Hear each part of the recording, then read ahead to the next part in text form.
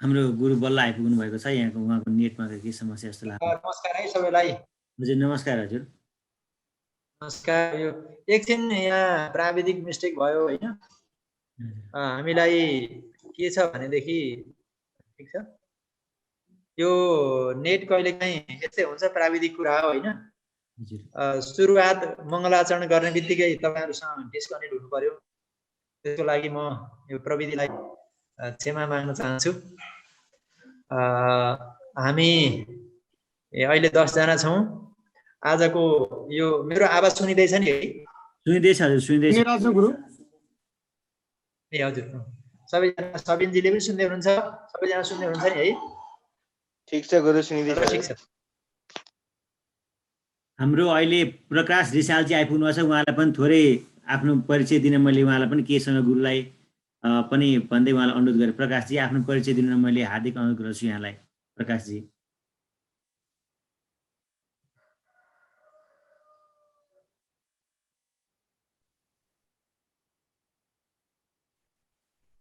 Galaxy A10s को number छ। आफ्नो परिचय दिन हार्दिक अनुरोध गर्छु।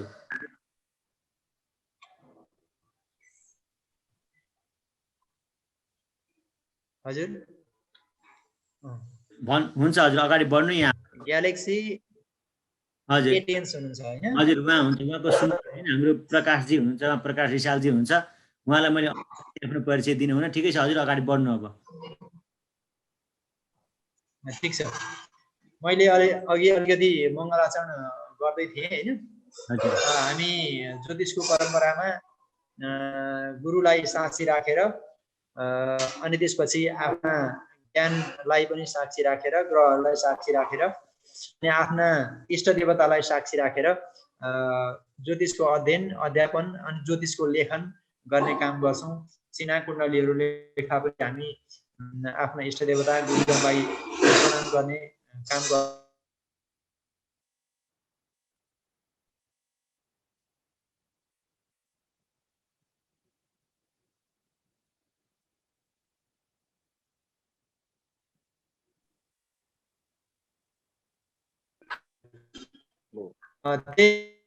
मङ्गलाचरण गर्दै थिएँ।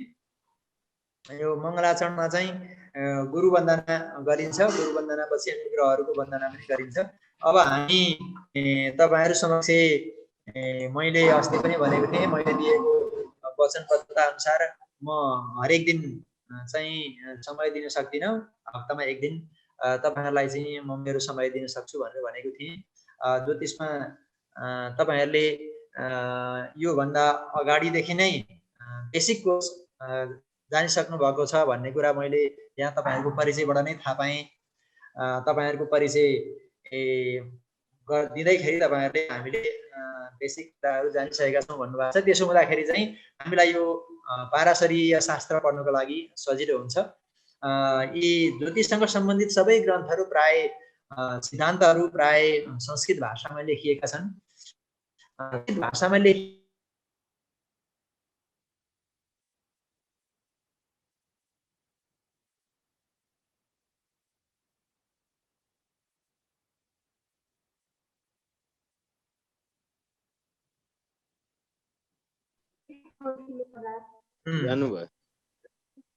हजुर त्यस्तो कठिन भए तापनि हामी यसलाई कसरी सजिलो तरिकाले राम्रोसँगले नेपाली भाषामा बुझ्छौँ, सिद्धान्तलाई बुझ्छौँ र त्यसलाई कुण्डलीमा कसरी प्रयोग गर्छौँ भन्ने कुरा चाहिँ बढी महत्त्वपूर्ण कुरा हुन्छ। भाषाले खासै त्यस्तो अप्ठ्यारो पार्दैन, किनभने वेदको पनि आजभोलि संसारका विभिन्न भाषामा, गीताको संसारका विभिन्न भाषामा अनुवाद भएर त्यसको चाहिँ ट्रान्सलेसन भइकन पनि मानिसले त्यसको ज्ञान आर्जन गरेका छन् भने हामी पनि ज्योतिषशास्त्रभित्रको यो ज्ञानलाई नेपाली भाषाको माध्यमबाट, अङ्ग्रेजी भाषाको माध्यमबाट अथवा संस्कृत भाषाको माध्यमबाट अथवा हिन्दी, मैथिली यी भाषाका माध्यमबाट हामी तपाईँहरूलाई जस्तो सहज हुन्छ त्यस्तै तरिकाले हामी ज्ञान गराउने प्रयास गर्नेछौँ। हाम्रो प्रयास त्यस्तै रहन्छ। सर्वप्रथम म यहाँलाई मेरो आफ्नो परिचय दिन्छु। म अम्बरराज ढकाल, सहायक प्राध्यापक, नेपाल संस्कृत विश्वविद्यालय, पिण्डेश्वर विद्यापीठ धरानमा ज्योतिष विषय पढाउँछु। हाम्रो पिनेश्वर विद्यापीठमा ज्योतिष विषय अध्ययन अध्यापन हुन थालेको त्यति धेरै लामो समय भएको छैन। लगभग 56-57 सालदेखि ब्याच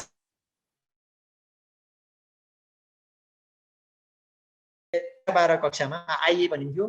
आइए अथवा आजभोलि 11-12 कक्षा चाहिँ फेज आउट विश्वविद्यालयबाट फेज आउट भइसकेको हुनाले त्यो चाहिँ विद्यालयहरूमा संस्कृत माविहरूमा पढाइ हुन्छ। क्याम्पसमा चाहिँ अहिले त्यो पढाइ हुँदैन। संस्कृत माविहरूमा ज्योतिष विषय लिएर 12 कक्षा पास गरेर आउने विद्यार्थीहरू त्यहाँ पढ्न पाउनुहुन्छ हाम्रोमा। त्यसरी पढ्ने विद्यार्थीहरूलाई चाहिँ हामीले शास्त्रीय तहमा यी विभिन्न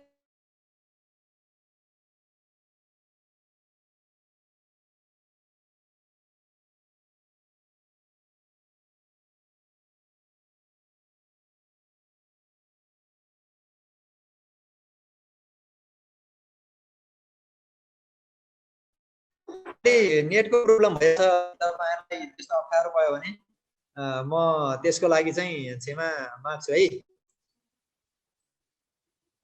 घरिघरि झ्याप झ्याप यहाँ नेट गइरहेको छ कि, नेट र बत्तीको पनि प्रब्लम छ हैन। त्यसले गर्दाखेरि अलिकति के अप्ठ्यारो पर्ने हो कि भन्ने जस्तो लागिरहेछ। यसै क्रममा विशेष गरी ज्योतिषको पठन पाठन चाहिँ अब यस्तो जस्तो माधवजीहरूले हैन विभिन्न संघ संस्थाहरूले ज्योतिषलाई पढाउने गरेको देख्न चाहिँ देखिन्छ। तर आधिकारिक कुरा र आधिकारिक शास्त्रहरू पढ्ने ज्योतिषीहरू चाहिँ एकदम कम हुनुहुन्छ। भएका पनि एकदम सीमित हुनुहुन्छ।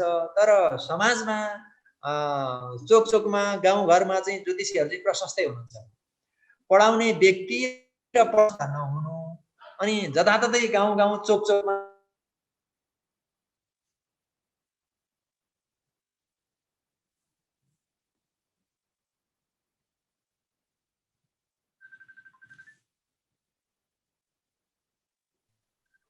यो चाहिँ एउटा समस्याको रूपमा देखिएको छ। त्यसैले ज्योतिष पढाउने संस्था पढाउने व्यक्तिहरू भन्दा नभइकन पढाउने संस्था र पढाउने व्यक्ति नभइकन बजारमा समाजमा प्रशस्तै ज्योतिषहरू चाहिँ एकदम छिजिबिरा उम्रिए जस्तो गरेर उम्रिरहेको छ। कतै ज्योतिषमा विकृति पो सुरु भएको छ कि ज्योतिषको पठन पाठनमा कतै विकृति पो सुरु भएको छ कि भन्ने चाहिँ मलाई लागेको छ। मैले आफूले अनुभव गरेको कुरा बताएको हुँ। अनि शास्त्रीय कुराहरूलाई भन्दा अशास्त्रीय कुराहरूलाई लिएर ज्योतिषीहरूले चर्चा गरेको पनि पाइन्छ भविष्यवाणी गर्ने क्रममा। त्यसै गरी समाजलाई कतातिर उन्मुख गराउने र मार्ग निर्देश गर्ने काम ज्योतिषीको हुन्छ।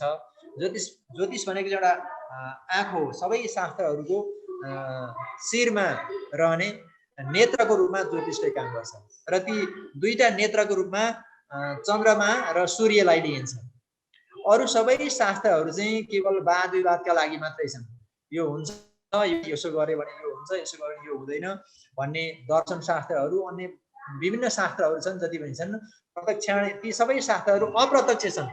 तिनबाट प्राप्त हुने ज्ञान प्रत्यक्ष छैन, त्यो अप्रत्यक्ष ज्ञान छ।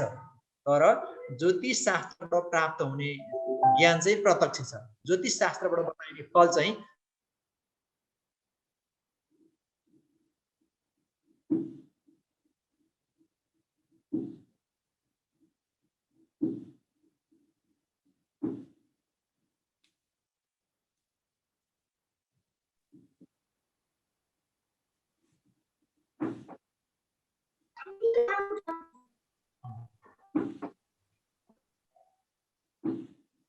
हेलो ठीक छ है? सुन्दैछु हजुर, के बिचमा अड्केको थियो, यसो अहिले आयो हजुर। एकछिन ल, म यहाँ प्राविधिक कुरा मिलाइहाल्छु। भयो? त्यस कारणले ज्योतिष शास्त्रलाई चाहिँ यस्तो भन्छ कि ज्योतिष शास्त्र चाहिँ प्रत्यक्ष शास्त्र भनिन्छ। अप्रत्यक्षाणि शास्त्राणि विवादस्तत्र केवलम प्रत्यक्षम ज्योतिषम शास्त्रम चन्द्रार्को यत्र शास्त्रो भनेर भनिन्छ। त्यसैले अरू सबै शास्त्रहरू अप्रत्यक्ष छन् र ज्योतिष शास्त्र चाहिँ प्रत्यक्ष शास्त्र हो। यसका प्रत्यक्ष प्रमाण चाहिँ सूर्य र चन्द्रमा अनि औँसी र पूर्णिमा। सूर्य र चन्द्रमा निश्चित बिन्दुमा पुग्दा औँसी हुन्छ र त्यसको ठिक विपरीत बिन्दुमा पुग्दा पूर्णिमा हुन्छ।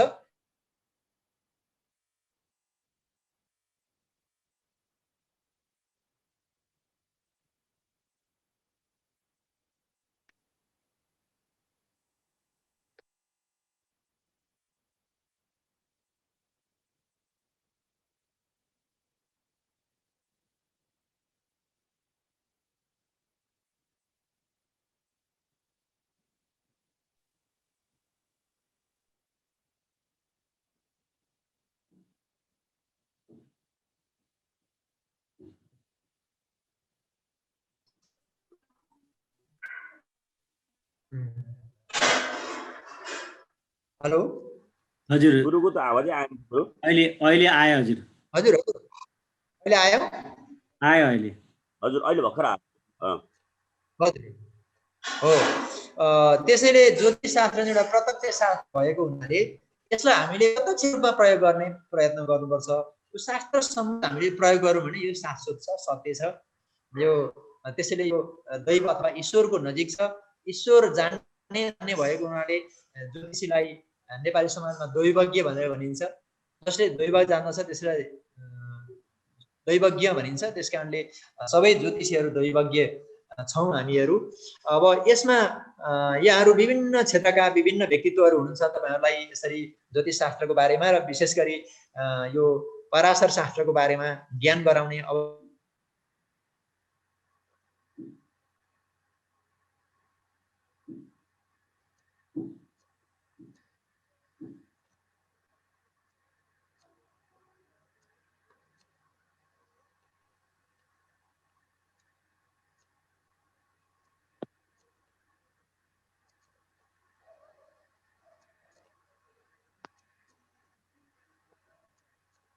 आवाज आएन गुरु।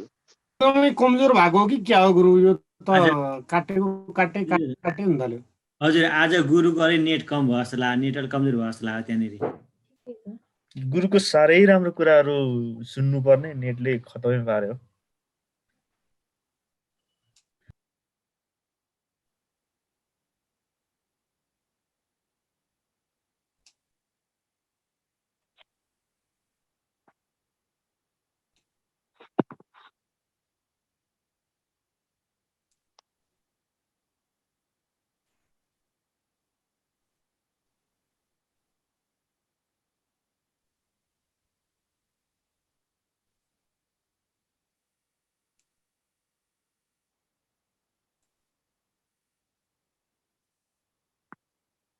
साह्रै धोका दिए जस्तो छ भनेर लेख्नु भएको छ एकजना साथीले। हो वास्तवमै धोका दिएको छ। टेकराज सरले लेख्नु भएको छ। ठिक छ, अब चाहिँ त्यस्तो नहोला आशा गरौँ। अहिले सुन्ने हजुर अब हामी विषयवस्तुमै प्रवेश गर्छौँ। म अलिकति यहाँहरूसँग भूमिका बाँच्दै थिएँ। अब हामीले प्रारम्भिक ज्योतिष सिकिसकेका छौँ भने हामी सबैजना यो प्रत्यक्ष गर्न पाए हुन्थ्यो। कतिजनाको सबिनजी अनि रघुनाथ सरको अरूको चाहिँ यहाँ मैले अनुहार देखिरहेको छैन होइन। उहाँहरू के अरे भिडियो अनमा हुनुहुन्न है। भिडियो अन गरेर बस्दाखेरि चाहिँ अलिक सजिलो हुन्छ कि जस्तो लाग्यो मलाई त। किनभने यो स्नेह हुन्छ क्या अनुहार र हाँसो देखिने हुन्छ नि त होइन। ठिक छ, अब चाहिँ यसो भयो भने अलिक सजिलो हुन्छ। केशुजीले पनि भिडियो अन गर्नुभयो हुन्छ। ठिक छ त, यहाँहरूले बेसिक कोर्स सिकिसक्नु भएको छ भने अवश्य पनि तपाईँहरूले हरेक दिनको सूर्योदय सूर्यास्त हरेक ठाउँको आफू जहाँ जहाँ बसेको छ त्यही ठाउँको, जस्तो सबिनजी अमेरिका बस्छु भन्नुभयो, अमेरिकाको सूर्योदय सूर्यास्त दिनमान रात्रिमान इत्यादि निकाल्न तपाईँहरू जान्नुहुन्छ नि होइन? होइन हामीले यो बेसिक कोर्स माने हजुर बेसिकमा हामीले हजुर गणित सम्बन्धी हामीले के गरेका छैन हजुर। अब गणित सम्बन्धी हाम्रो यही अध्ययन हुन्छ। हाम्रो चक्रपाणी गुरुले हजुर ए ल ठिक छ, गणित सम्बन्धी छैन हजुर हाम्रो।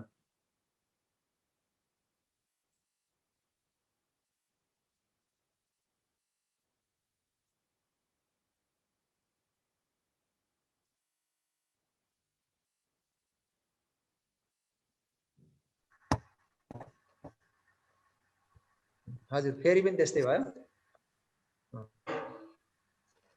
हजुर हामीले गणितको सम्बन्धित सिक्ने बाँकी छ हजुर, अब सिक्छौँ हामी, यसैमा सिक्छौँ हजुर। अब कन्टिन्यू छ हाम्रो, हामीले सामान्य बेसिक ग्रहहरूको परिचय, राशिहरूको परिचय, त्यस्तै गरेर भावहरूको परिचय चाहिँ हामीले गरेको हो, सिक्ने बाँकी छ हजुर। ए ल ठिक छ। त्यसो भए अब हामीले विषयवस्तु ठ्याक्कै हामी ग्रन्थभित्रै प्रवेश गरिहाल्छौँ है। यो लघु पाराशरी भन्ने पुस्तक पढ्ने भन्ने हाम्रो एउटा योजना छ होइन। यो लघु पाराशरी भन्ने पुस्तक चाहिँ मैले यो दिव्य दृष्टि युट्युब च्यानलबाट यो लकडाउनभरि मैले लगभग 20-21वटा क्लास पढाएको छु। त्यहाँ पनि मेरा क्लासहरू छन्, तपाईँहरूले त्यहाँबाट पनि गएर मेरो लघु पाराशरीको बारेमा त्यहाँबाट मेरा क्लासहरू हेरेर तपाईँहरूले केही ज्ञान आर्जन गर्न सक्नुहुन्छ। यहाँ अस्पष्ट भएको कुरा त्यहाँबाट स्पष्ट गर्न सकिन्छ। अनि त्यसपछि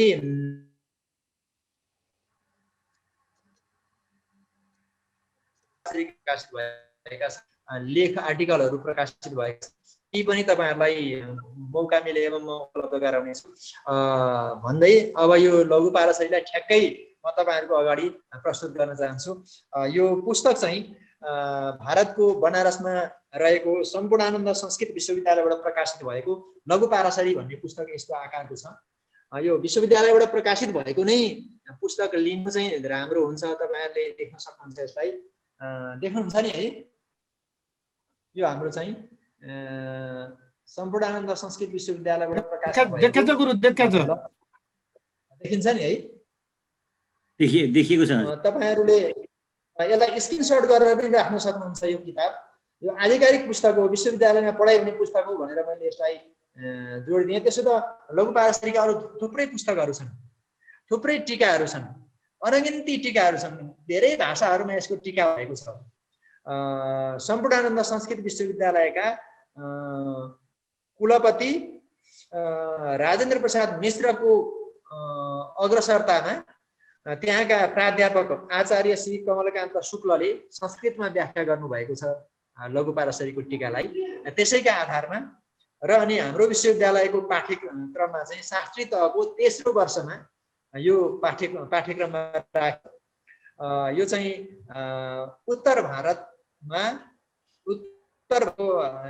भारतवर्ष चाहिँ एउटा पुरा अफगानिस्तान अबदेखि लिएर यता बर्मा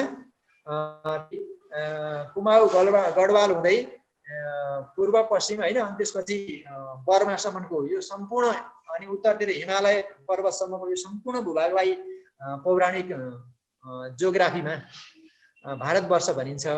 त्यो भारतवर्षभित्र नेपाल पनि पर्छ हो। त्यो सबै भारतवर्षभरिमा उत्तर भारत जतिमा चाहिँ पराशर ऋषिले स्थापित गरेको गुरुकुलको परम्पराबाट विकसित भएर आएको शास्त्रलाई मान्यता दिएको छ।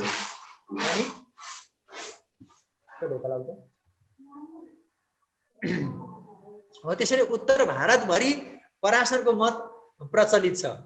त्यसैले हामीले कता कता सुन्ने पनि गरेका छौँ, कलौ पाराशर स्मृति भनेर सुन्ने पनि गरेका छौँ। कलिजुगमा पराशरको वचन, स्मृति भनेको वचन, कलिजुगमा पराशरको वचन चाहिँ अति प्रमाणिक मानिन्छ भनेको हुनाले पराशरले भनेका शास्त्रका कुरा र पराशरको ज्योतिषको कुरा चाहिँ हाम्रो व्यवहारमा ठ्याक्क मिल्न जान्छ। त्यो किन कसरी मिल्छ भन्ने कुरा हामी यहाँ तलतिर पढ्दै गएपछि थाहा पाउँछौँ। त्यस कारणले पराशरको ज्योतिषलाई चाहिँ आधिकारिक मानेर नेपाल र भारतका विश्वविद्यालयहरूमा पाठ्यक्रममा पराशरको मतलाई पढाउने क्रममा यो ग्रन्थ यहाँ राखिएको हो। पराशरका मुख्य 3वटा ग्रन्थहरू छन्। एउटा बृहत पाराशर वराशास्त्र भन्ने छ, अर्को लघु पाराशरी भन्ने छ र अर्को मध्य पाराशरी भन्ने छ। लघु पाराशरी भनेको सबभन्दा सानो आकारको, अनि मध्य पाराशरी भनेको चाहिँ मध्यम किसिमको, र बृहत पाराशर भनेको चाहिँ पराशरको मत जति जम्मै सङ्कलन गरेर राखिएको ग्रन्थलाई बृहत पाराशर वराशास्त्र भनिन्छ। ती सबैको मत एउटै छ, तर आकार प्रकारमा मात्रै अलि तलमाथि धेर थोर बहुत भन्ने छ। त्यसैले यो लघु पाराशरी भन्ने पुस्तक यदि तपाईँहरूसँग पनि छ भनेदेखि त्यसको मङ्गलाचरण पहिलो अध्याय लाई हामी आज सामान्य दिग्दर्शन गर्ने प्रयास गर्नेछौँ। यसमा तपाईँहरू कोसँग यो किताब अहिले उपलब्ध छ? पुरै लाग्यो छैन गुरु, छैन उपलब्ध। ए मसँग छैन छैन। गुरु, छैन। छैन गुरु, कहाँबाट किन पाइने हो? हजुर छैन यसलाई हजुर तपाईँले गुगलमा जानुहोस्, गुगलमा गएर लघु पाराशरी भन्ने टाइप गर्नुहोस् है, अनि त्यहाँ पिडिएफ बुक पाउँछ, त्यसलाई डाउनलोड गरेर राख्नुहोस्, त्यहाँबाट पढ्न सजिलो हुन्छ, सबैभन्दा सजिलो उपाय। हजुर हामीसँग छ हजुर, हामी सबैलाई सेन्ड गरिदिन्छौँ। आज हामीले गऱ्यौँ, अब हामीसँग भएको छैन, हामी उहाँहरूलाई दिन्छौँ हजुर। यो ठिक छ हजुर पिडिएफ लघु पाराशरी पिडिएफ छ, हामी पिडिएफ हजुर सबैलाई उपलब्ध गराउँछौँ भन्ने कुरा हो। हामीसँग छ, डाउनलोड गरेर राखेको छ, हामी उपलब्ध गराउँछौँ यहाँहरूलाई। हो मसँग पनि छ, तपाईँहरूसँग हाम्रो यहाँबाट उपलब्ध भयो भने ठिकै छ, नभएदेखि म पनि सेयर गर्न सक्छु। त्यो जसरी भए पनि अब यो हार्ड कपी बुक भएदेखि हामीसँग मैले अघि जुन पुस्तक देखाएँ त्यस्तै अरू यस्ता साना साना पुस्तकहरू पनि पाइन्छन्, थुप्रै पाइन्छन् बजारमा, धार्मिक पुस्तक पसलहरूमा, जहाँ पनि प्राय अति लोकप्रिय पुस्तक हो यो लघु पाराशरी भनेको। प्राय जसो ज्योतिषीहरूको साथमा यो हुन्छ नै। यसैलाई यही पुस्तकलाई आधार मानेर हामी सामान्य हप्तामा एक दिन 1-1.5 घन्टा चर्चा गऱ्यौँ भनेदेखि तपाईँहरूको ज्योतिषमा फलादेश गर्ने जुन तृष्णा छ त्यो तृष्णालाई चाहिँ म एउटा नदी भएर कतिको तपाईँहरूको प्यास मेटाउन सक्छु, म प्रयास गर्नेछु तपाईँहरूको प्यास मेटाउनको लागि। यहाँहरू विभिन्न क्षेत्रको हुनुहुन्छ, वकालत गर्ने, शिक्षण गर्ने, अनि व्यापार व्यवसाय गर्ने, अडिटिङ गर्ने, विविध क्षेत्रमा लागेर तपाईँहरू अनुभव बटुलेर आउनु भएको छ। त्यसले तपाईँहरूको मानवको जीवनलाई विहङ्गम दृष्टिले हेर्ने एउटा आधार दृष्टिकोण तपाईँहरूले तयार गरिसक्नु भएको छ। त्यसैले मान्छेलाई कसरी मार्ग निर्देश गर्ने, परामर्श दियो भने उसको जीवन सफल हुन्छ भन्ने उद्देश्यले हामीले यो लघु पाराशरी पढ्नुपर्छ। के गर्यो भनेदेखि उसको ग्रहको कस्तो फलले चाहिँ उसले अगाडि बढ्दा राम्रो हुन्छ, उसको भविष्य राम्रो हुन्छ भनेर हामीले बताउने हो, न कि तैँले यो ग्रह शान्ति र यति दक्षिणा दान दक्षिणा गरिस्, यति गरिस् भने मात्रै तेरो ग्रह सिद्ध हुन्छ भनेर चाहिँ जुन कालसर्प योगको चाहिँ जुन व्यापक अनर्गल प्रचार, अशास्त्रीय प्रचार र व्यापारिक प्रचार गरियो, त्यस्तो किसिमको उद्देश्य कुनै पनि ज्योतिष शास्त्रका ग्रन्थहरूले राखेका छैनन्। त्यसैले यो लघु पाराशरीमा पनि त्यसको कुरा आउँछ। ज्योतिष शास्त्रका सम्पूर्ण कुरा लगभग यसले समेटेको छ। यसमा जम्मा 22वटा मात्रै स्टेन्जाहरू छन्। स्टेन्जा भनेको हामी बुझ्छौँ श्लोक, 22वटा श्लोकहरू छन् लघु पाराशरीमा। ती 22वटा श्लोकहरूलाई हामीले मसिनो तरिकाले अध्ययन गर्यौँ भने वास्तवमा एउटा कुण्डलीको सबै कुरा हामी फलादेश गर्न सक्छौँ। एउटा कुण्डलीबाट लगभग सबै कुरा हामी फलादेश गर्नको लागि सक्षम बन्न सक्छौँ। त्यस कारणले हामी अब यो ग्रन्थभित्रै प्रवेश गरौँ। योभन्दा अगाडि हामीले 12वटा भावका नाम जानिसकेका छौँ, कुण्डलीका 12वटा भावका नाम जानिसकेका छौँ होइन। त्यो प्रसङ्गमा यहाँ प्रसङ्ग पनि आउँछ। सबभन्दा सुरुमा यो ग्रन्थको मङ्गलाचरणलाई हेरौँ हामी। मङ्गलाचरणको पहिलो श्लोकमै के भनेको छ, म ग्रन्थभित्रै प्रवेश गरेँ, अरू अन्यत्रको म लागिनँ। तपाईँहरूसँग पुस्तक भए अझ सजिलो हुन्थ्यो। अनि त्यो जुन के अरे पिडिएफ बुक छ, त्यो पिडिएफ बुक चाहिँ एकजनासँग भयो, हामी मध्ये सबैजनासँग भयो र अनि त्यसलाई स्क्रिन सेयर गरेर अनि त्यो स्क्रिनबाट हामी पढ्न सक्यौँ भनेदेखि अझ हाम्रो क्लास चाहिँ स्तरीय राम्रो, यो अनलाइन क्लासमा जस्तो म्याटर हुनुपर्ने हो त्यस्तै चाहिँ जस्ताको तस्तै दुरुस्तै दिन सकिन्छ। अहिले स्क्रिनमै ट्याक्कै यो पहिलो श्लोक टक्क हेर्न पाए अझ राम्रो हुन्थ्यो होइन। त्यो पनि प्रयास गरौँला अर्को समयदेखि। माधव सर, के यसमा केही प्रयास गर्न सकिन्छ? तपाईँले स्क्रिन सेयर गर्न सक्नुहुन्छ भने खोजेर ट्राई गर्नुहोस् है। हुन्छ हुन्छ हजुर, ल म त्यो यहाँ गर्नेछु हजुर। म यहाँनिर त्यो किताब हामी यहाँ चर्चा गर्दै गर्छौँ, तपाईँ गर्दै गरौँ न है। हुन्छ।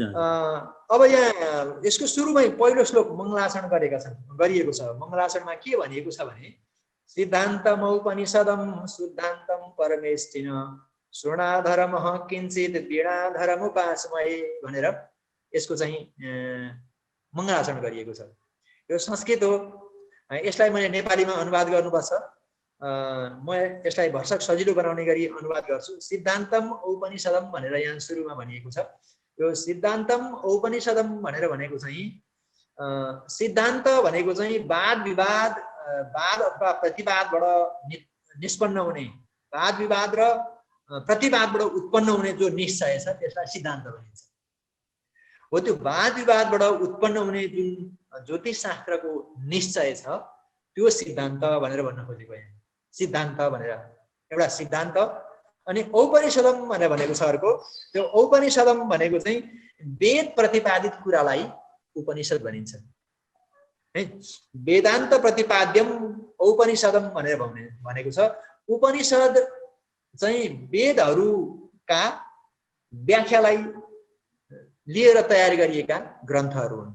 हो ती वेदहरूका व्याख्यालाई लिएर जसरी उपनिषदहरू तयार गरिएका छन्, त्यसै गरी ज्योतिष शास्त्रका वाद विवादबाट उत्पन्न भएको सिद्धान्तलाई एउटा उपनिषदको रूपमा शुद्ध मानेर अनि शुद्धान्तम परमेष्टिनम भनेको छ। शुद्धान्तम भनेको एकदम शुद्ध स्वरूपमा रहेकी सरस्वती समान कि यहाँ आयो, पिडिएफमा आइहाल्यो।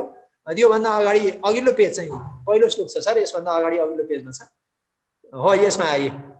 मैले जुन पुस्तक मेरो हातमा लिएको तपाईँहरूसँग पनि त्यही छ, हेर्नुहोस्।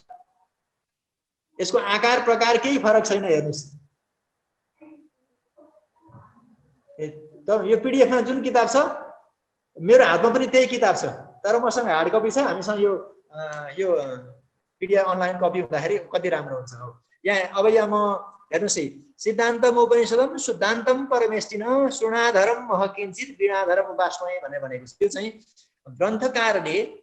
ग्रन्थकारले चाहिँ यो मङ्गलाचरणलाई अनि उपनिषदलाई ब्रह्मजीलाई अनि शुद्धान्त भनेको सरस्वतीलाई अनि शृणाधर भनेको सुण धारण गर्ने गणेशजीलाई अनि वीणाधर धारण गर्ने सरस्वतीलाई हामी वन्दना गर्दछौँ भनेर यो मङ्गलाचरण गरिएको छ। यसमा ज्योतिष शास्त्रको सिद्धान्तलाई औपनिषदम अनि उपनिषद वेद आदि ग्रन्थहरूलाई अनि शुद्धान्तम भनेको चाहिँ स्त्री स्वरूपम असर्वगोचरम भनेको छ। स्त्रीको स्वरूपमा रहेकी जो गोचर छन्, गोचर भनेका सबै ग्रहहरूको हिँड्ने तरिका, ग्रहहरूको गमन गर्ने तरिकालाई गोचर भनिन्छ ज्योतिषमा। हो, ती आकाशमा रहेका सबै ग्रहहरूको गोचर गर्ने तरिकालाई अनि शृणाधर भनेको शृण रक्तोत्पलवर्णोधरो भनेर भनेको छ। वीणाधर गणेशजीलाई र अनि वीणा धारण गर्ने सरस्वतीलाई, यी सबैलाई हामी वन्दना गर्दछौँ भनेर यहाँ मङ्गलाचरण गरिएको छ। यो मङ्गलाचरण दुई तीन किसिमका हुन्छन्। एउटा स्तुतिपरक अनि वन्दनापरक, त्यसपछि अर्को चाहिँ प्रशंसापरक। तीन प्रकारका मङ्गलाचरणहरू हुन्छन्। ती तीन प्रकारका मङ्गलाचरणहरू मध्ये लघु पाराशरीमा यो स्तुतिपरक मङ्गलाचरण गरिएको छ। यहाँ गणेशजीको, त्यसपछि ब्रह्मजीको, परमेष्टिन भनेको ब्रह्मजीको, त्यसपछि वीणाधर भनेको सरस्वती हो, अनि ग्रह गोचरहरूको, ज्योतिषको सिद्धान्तको, उपनिषदको, गणेशजीको, यी सबैलाई वन्दना गरिएको छ। र अहम वयम भनेर भनिएको छ। यहाँ वयम भनेको हामीहरू चाहिँ वन्दना गर्दछौँ भनेर भनिएको हुनाले यो ग्रन्थ कोही एकजना व्यक्तिले भन्छ भन्ने कुरा यहाँ पुष्टि हुन्छ लघु पाराशरी। त्यसकारणले यसको तलपट्टि चाहिँ यहाँ उडुदाय प्रदीप श्री लघु पाराशरी उडुदाय प्रदीप भनेर लेखेको छ। यहाँ यो उडुदाय भनेको के हो भन्ने कुरा अब हामी तिर जान्छौँ। दोस्रो श्लोकमा हेरौँ। दोस्रो श्लोक हेरेपछि हामी यो पहिलो र दोस्रो श्लोक चाहिँ एकदम अन्योन्याश्रित सम्बन्ध राख्नेछन्। एउटा श्लोक अर्को श्लोकमा गएर त्यसको अर्थ, त्यसको भावार्थ बोक्दछ त्यसले। अब यसमा हेरौँ, दोस्रो श्लोकमा हेरौँ। वस्तु निर्देश भनेर भनेको छ। मङ्गलाचरण गर्दाखेरि विषय वस्तुको प्रतिपादन गरिएको छ। यहाँ दोस्रो श्लोकमा तपाईँहरूले हेर्न सक्नुहुन्छ, स्क्रिनमा पढ्न सक्नुहुन्छ। यहाँ वयम पाराशरीं होराम अनुसृत्य यथामति उडुदाय प्रदीपाख्यम कुर्मो दैव विदाम मुदे भनेर यो मङ्गलाचरण गरिएको छ। यसलाई फेरि हेरौँ। वयम पाराशरीं होराम अनुसृत्य यथामति उडुदाय प्रदीपाख्यम कुर्मो दैव विदाम मुदे भने वयम भनेर भनेको हामीहरू भनेको। अब हामीहरू भनिसकेपछि यो लघु पाराशरी भन्ने ग्रन्थ कोही एकजना व्यक्तिले बनाएको होइन रहेछ भन्ने कुरा पुष्टि हुन्छ, यो समूहमा बनाइएको रहेछ भन्ने कुरा पुष्टि हुन्छ। त्यस्तै गरी पराशरको गुरुकुलमा अध्ययन गर्ने पराशरको गुरुकुलका शिष्यहरूले यो ग्रन्थ निर्माण गरेका रहेछन् भन्ने कुरा यसबाट हामीले बुझ्नुपर्छ। पराशरले लेखेको होइन, पराशरले त उपदेश गरेका हुन्, आफ्ना शिष्यहरूलाई उपदेश गरे। पराशरका शिष्य, उनका शिष्य, शिष्य प्रशिष्य, गुरुकुलको शिष्य प्रशिष्य परम्परामा यो ग्रन्थ निर्माण भएको रहेछ भन्ने कुरा हामी यो वयम भन्ने शब्दबाट थाहा पाउँछौँ। पाराशरीम भनेको पराशर कृतम भन्ने हुन्छ, यसको अर्थ पराशर प्रणीतम भन्ने हुन्छ। पराशर ऋषिद्वारा प्रणीत गरिएको अथवा पराशर ऋषिद्वारा रचना गरिएको, पराशर ऋषिद्वारा उपदेश गरिएको भन्ने हुन्छ। पराशर ऋषिद्वारा, पराशर महामुनिद्वारा उपदेश गरिएको होराम, यहाँ होराम भन्ने पनि छ, तपाईँले यहाँ हेर्न सक्नुहुन्छ। होराम अनुसृत्य भन्ने छ। यो होरालाई पराशर मुनिद्वारा रचना गरिएको होराम, होरालाई अथवा होरा शास्त्रलाई अनुसृत्य भनेको अनुसरण गरेर, वयम भनेको हामीहरू यथामति जति सक्छौँ त्यति नै दैवविदाम, तल्लो लाइनमा छ दैवविदाम मुदे भनेको दैवविद भनेको दैवज्ञ। अघि पनि मैले भने जो दैव जान्दछ, दैवलाई जान्ने बुझ्ने त्यसलाई प्रकाश पार्ने जो हुन्छ उसलाई दैवविदाम भनेको। मुदे भनेको उसको प्रसन्नताका लागि, दैवविदहरूको अथवा दैवज्ञहरूको प्रसन्नताका लागि वयम उडुदाय प्रदीप आख्यान, हामी यो उडुदाय प्रदीप नाम गरेको ग्रन्थ निर्माण गर्छौँ भनेर यसले बताउँछ।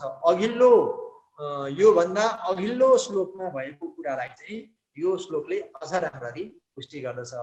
यसले के गर्छ भन्दाखेरि भनेपछि हामीहरू पराशर मुनिले रचना गर्नुभएको होरा शास्त्रलाई अनुसरण गर्दै गर्दै दैवज्ञहरूको आनन्दका लागि यो उडुदाय प्रदीप नाम गरेको ग्रन्थ यथामति निर्माण गर्दछौँ भन्ने अर्थ यसको हुन्छ। तपाईँले तल हामी हिन्दी त बुझ्छौँ, अलिअलि संस्कृत पनि बुझ्छौँ होइन। वयम भनेको अहम आवाम वयम भनेर संस्कृतमा भनिन्छ होइन। वयम भनेको चाहिँ हामीहरू हुन्छ, यो यथामति आफ्नो बुद्धि अनुसार भन्ने हुन्छ। यहाँ तल हिन्दीमा पनि लेखिदिएको छ, हम अपनी बुद्धि के अनुसार ज्योतिषियों के प्रसन्नतार्थ महर्षि पराशर प्रणीत होरा शास्त्र के अनुसार उदय प्रदीप नामक ग्रन्थ वो बनाते हैं भनेर यहाँ हिन्दीमा भनेको छ।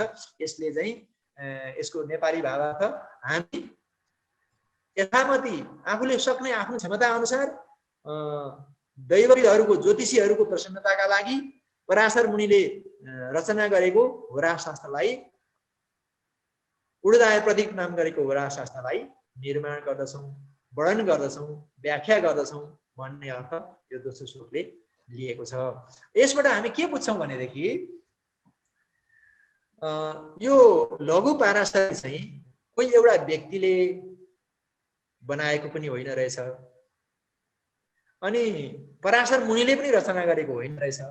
पराशर मुनिले गरेका कुराहरूलाई उनका शिष्य प्रशिष्य, उनको गुरुकुलका जुन शिष्यहरू छन्, उनी शिष्य प्रशिष्य परम्परामा एक पछि अर्को एउटा शिष्यले अर्को शिष्यलाई, अर्कोले अर्कोलाई, अर्कोले अर्कोलाई गर्दै गर्दै गर्दै एउटा लामो परम्परा लिएर यो ग्रन्थ आएको रहेछ।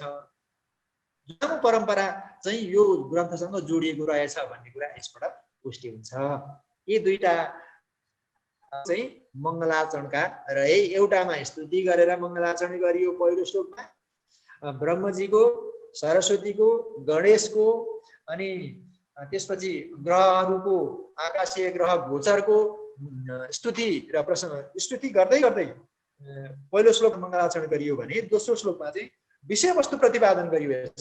दोस्रो श्लोकमा कस्तो विषयवस्तु प्रतिपादन गरियो त भन्दाखेरि हामी पराशर मुनिले रचना गर्नुभएको शास्त्रलाई यथाशक्ति गर्दै गर्दै उडुदाय प्रदीप नाम निर्माण गर्छौँ भनेर भनियो। अब यो उडुदाय प्रदीप भनेको चाहिँ के त भन्ने कुरा हामीले जान्नु पर्यो। अरू सबै यहाँ उडुदाय प्रदीप भनेको चाहिँ यो बुझ्न आवश्यक छ भन्ने मलाई लागेको छ। पढुन्जेलमा तपाईँ जिज्ञासा छ भने भन्नुहोस् त, अनि त्यसपछि म यो उडुदाय प्रदीपको व्याख्या रघुनाथ सर हजुर गुरु के तपाईँलाई के जिज्ञासा छ भने भन्नुहोस् है बिचबिचमा होइन गुरु मैले सुनिरहेको छु गुरुले भनेको यो संस्कृतमा चाहिँ हामीलाई अलिकति समस्या हुँदो रहेछ यो संस्कृत चाहिँ नजाने भएर गुरुले नेपाली भनिदिनु भएको छ बिस्तारै बिस्तारै यो बानी बस्दै जाला अब यो ओडहरू चाहिँ अलिअलि गाह्रो यो बुझ्न गाह्रो हुँदो रहेछ अब यो पढ्ने क्रममा यो बुझ्जेला अब यो बिस्तारै बिस्तारै हेर्दै जाला अरू ठिकै छ गुरु अब यो भर्खर आज पहिलोचोटि क्लास हुँदैछ अब पहिलो दिनमा त के नै अब बुझ्जेला र के नै उ गर्नु पर्यो अब हेर्दै जाउँ 2-4 दिन हेरेपछि केही न केही आउला गुरु अनि हाम्रो मनिषजी तपाईलाई त्यस्तो के छ हजुर मैले सुनिरहेको छु हो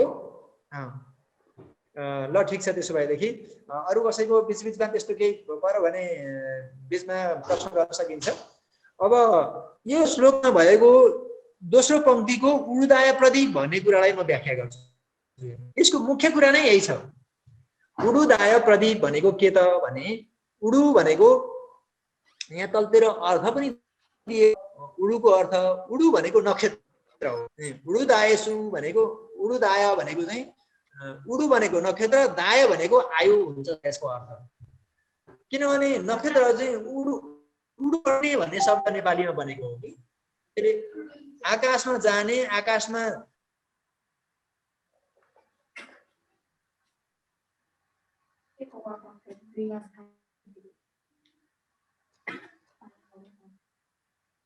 के दिउँसो के खाइ कि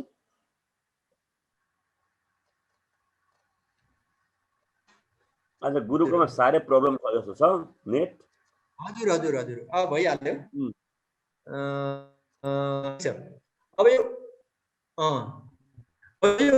उडु भनेको चाहिँ नक्षत्र दाय भनेको आयु भन्ने यसको अर्थ हुन्छ है अब फेरि यो दोस्रो श्लोकको श्लोकमा गएर त्यसरी एउटा श्लोक अर्को श्लोकमा अर्को श्लोक फुलको मालामा एउटा फुलको थुङ्गा अर्को फुलको थुङ्गामा अर्को थुङ्गामा थुङ्गा थुङ्गा थुङ्गा थुङ्गा जोडिँदै जसरी एउटा माला बन्छ यो लघु पाराशरी भन्ने ग्रन्थका प्रत्येक पाउहरू प्रत्येक श्लोकहरू चाहिँ एउटाबाट अर्कोबाट अर्को सिधै टाँसिन्छ त्यसको अर्थ चाहिँ हरेक पूर्ण हुँदै हुँदै जान्छ त्यसकारणले यो उडुदायको अर्थ तलतिर अर्को श्लोकमा अझै मजाले आउँछ यहाँनिर चाहिँ उडु भनेको नक्षत्र र दाय भनेको चाहिँ दशा भन्ने हामीले बुझ्नुपर्छ अनि प्रदीप भनेको चाहिँ देखाउने उज्यालो दीप भनेको उज्यालो प्रदीप भनेको विशेष रूपमा प्रकाशित गर्नेलाई उडुदाय प्रदीप भनिन्छ आख्य भनेको भनिने यो उडुदाय प्रदीप नाम गरेको ग्रन्थ बनाउँदछौँ ज्योतिषीहरूका लागि दैवज्ञहरूको आनन्दका लागि हामी यो ग्रन्थ निर्माण गर्दछौँ भन्ने अर्थ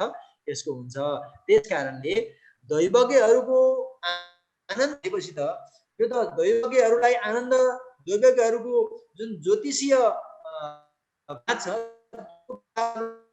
एउटा सिद्धान्तको रूपमा प्रदेश दैवज्ञहरूलाई विवादबाट पर हटेर आनन्द दिने कुरो जस्तै गर्छ त्यसकारणले यो हामी सबै ज्योतिषका विद्यार्थीहरूका लागि ज्योतिष जान्न चाहनेहरूका लागि यो अत्यन्त अमृत का रूपमा रहेको छ र यसलाई हामी यथामती रूपमा वर्णन गर्दछौँ भनेर यो लघु पाराशरीलाई उल्लेख गरिएको छ यो कति नम्र छ यो ग्रन्थ निर्माण गर्नेहरूले कति बुद्धि प्रयोग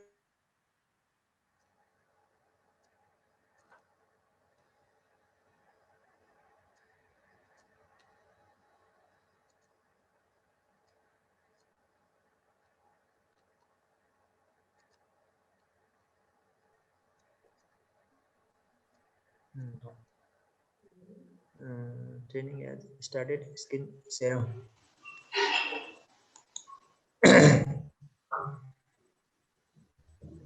उडुदाय प्रदीप ठीक छ यसरी बडो धेरै विचार गरेर यो ग्रन्थ निर्माण गर्नेहरूले एकदम नम्रतापूर्वक कुनै अहंकार नराखिकन अरूको आनन्दका लागि उनीहरूले यो ग्रन्थ निर्माण गरिरहेका छन् आजभोलि हामी हेरौँ त हाम्रा गाउँघरका हाम्रा सरसमाजका हाम्रो देशका नेपाल भारतका ज्योतिषीहरूको अहंकार बाहेक ज्योतिषीमा अरू केही पनि छैन होइन तर यत्रो ग्रन्थ निर्माण गर्नेले हामी दैवज्ञहरू अथवा ज्योतिषीहरूको आनन्दका लागि यो ग्रन्थ निर्माण गर्दछौँ भनेर उहाँहरूले भन्नुभएको छ यस्तो अरूलाई ज्ञान दिने कुरामा आजका ज्योतिष भएका छन्।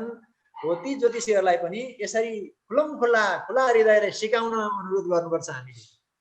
म त अब यस्तो फोरमहरूमा धेरैतिर गएर ज्योतिषको यस्तो कुरा गर्ने गरेको छु। त्यसैले ज्योतिषीहरूले ज्ञान लुकाएर राख्नु भएको छ नेपाली समाजमा चाहिँ। जो ज्योतिषी हुनुहुन्छ उहाँहरूले चाहिँ ज्ञान आफूले प्राप्त गरेको ज्ञान लुकाएर राख्नु भएको छ। अनि अरूलाई केही पनि भन्नुहुन्न, ग्रन्थको कुरो पनि सिकाउनुहुन्न। अनि घरै पछि ज्योतिषी बजारै पछि टोलै पछि ज्योतिषका सटरहरू खोलेर बस्नु भएको छ। अनि धेरै व्यापार व्यवसाय ज्योतिषका नाममा चलेको छ। तर ज्योतिष शास्त्रको चाहिँ त्यहाँ गुमनाम छ। यस्ता महान ज्योतिषीहरू हेर्नुहोस् त, यत्रा मैले गरेको भन्ने पनि छैन यहाँ। हामी ज्योतिषीहरूको आनन्दका लागि यो होरा शास्त्रलाई यथाशक्ति वर्णन गर्दछौँ भनेर भन्नुभएको छ।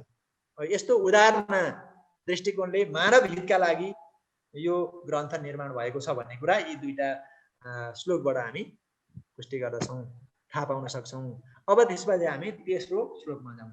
यो वस्तु निर्देश भनेर दोस्रो श्लोकको माथिपट्टि तपाईँहरूले हेर्नुभयो भने देख्नुहुन्छ, अथवा वस्तु निर्देश भनेर यो लघु पाराशरी अथवा पराशरको ग्रन्थमा के विषयवस्तु छ भन्ने कुरा निर्देश गर्न खोजेको छ।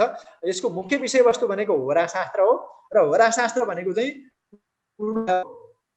पुडु भनेको नक्षत्र, दाय भनेको आयु। आयु अनुसार हामी फलादेश गर्न सिकाउँछौँ भनेर यो लघु पाराशरीले भन्दैछ। यसको मूल उद्देश्य नक्षत्रको आयु अनुसार हामी फलादेश गर्न बताउँछौँ भनेर यसले भन्दैछ है।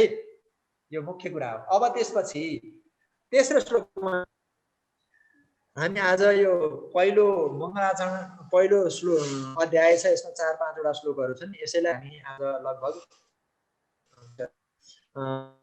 यहाँ तेस्रो श्लोकमा फलादेशार्थम उपदिशति भन्ने छ।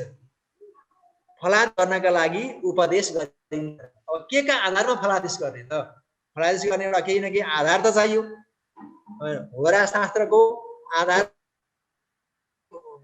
ग्रन्थ हामी व्याख्या गर्छौँ भनेर भनियो हैन। हो त्यस कारणले अब तेस्रो श्लोकमै छ, यसलाई पेज नसार्नु होला एकछिन। यहाँ चाहिँ फलानी नक्षत्र दशा प्रकारेण विभिन्नमये दशा विंशोत्तरी चात्र ग्राह्या नाष्टोत्तरी मता भनेर भनिएको छ। यहाँ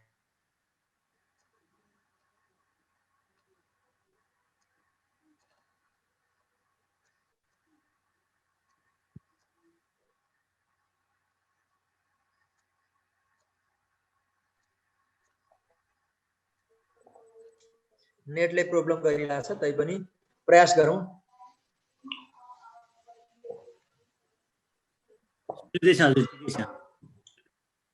हजुर screen internet connection is unstable भन्छ हो। जस्तो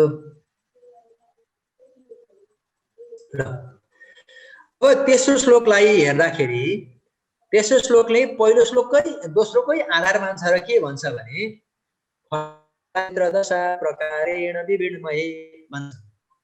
नक्षत्र दशा प्रकारेण फलानी विभिन्नमये भन्छ। विभिन्नमय भनेको हो। अनि नक्षत्र दशा प्रकारेण भनेको दशा प्रकार अनुसार भनेको फलानी भनेको फल। ज्योतिष शास्त्रमा बताउने जुन फल छ त्यो चाहिँ नक्षत्रको दशा अनुसार बताइन्छ भनेर यसले भन्छ। यसको अर्थ त्यति धेरै गहिरो छैन, यहाँ सजिलै छ। नक्षत्र दशा अनुसार हामी फलादेश बताउँदछौँ भनेर यो ग्रन्थकारहरूले भनेका छन्। म बताउँदछु पनि भन्दैनन् उनीहरू, हामी बताउँदछौँ। विभिन्नमय विवरण भनेको वर्णन गर्नु, मय भनेको हामीहरू वर्णन गर्दछौँ भनेर भन्दछन्। अनि फलानी भनेको फल, जति जो फल छ फलादेश छ त्यो फलादेश नक्षत्र दशा प्रकारेण भनेको नक्षत्र दशाका आधारमा बताउँदछौँ भनेर उनीहरू भन्दछन्। भनेपछि अरू पनि दशा हुँदा रहेछन् भनेर हामीले यहाँ बुझ्नु पर्यो। नक्षत्र दशा एक प्रकारका हुँदा रहेछन्, ग्रहका दशाहरूका प्रकारका हुँदा रहेछन्, विदशाहरू हुँदा रहेछन्, ब्रह्म दशा अनि चर दशा, स्थिर दशा, नवांश दशा, ब्रह्म दशा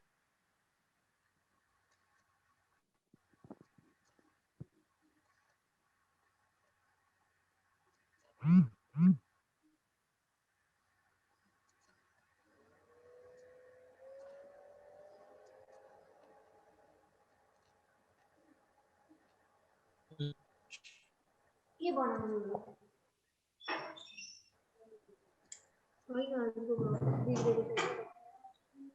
अनस्टेबल भन्छ क्या खाली। सुनिँदैछ हजुर, सुनिँदैछ, आवाज आउँदैछ हजुरको। ए ल ठिक छ। हो नक्षत्र दशा अनुसार फल बताइन्छ भन्छ भने अब त्यो दशा चाहिँ के हुँदो रहेछन् त, दशा हुँदो रहेछन्। हामीले नक्षत्र दशा अनुसार फल बताउँछौँ भनेर ग्रन्थकारहरूले भन्दै उनीहरूले के कुन दशा अनुसार फल बताउँछ त भन्दाखेरि दशा विंशोत्तरी चान्द्र ग्राह्य नाष्टोत्तरी मता भनेर भन्छ यहाँ है। अत्र विंशोत्तरी दशा ग्राह्य, अन्य दशा नग्राह्य भन्छ। यहाँ लघु पाराशरीमा अथवा पराशरको मतमा अत्र भनेको यहाँ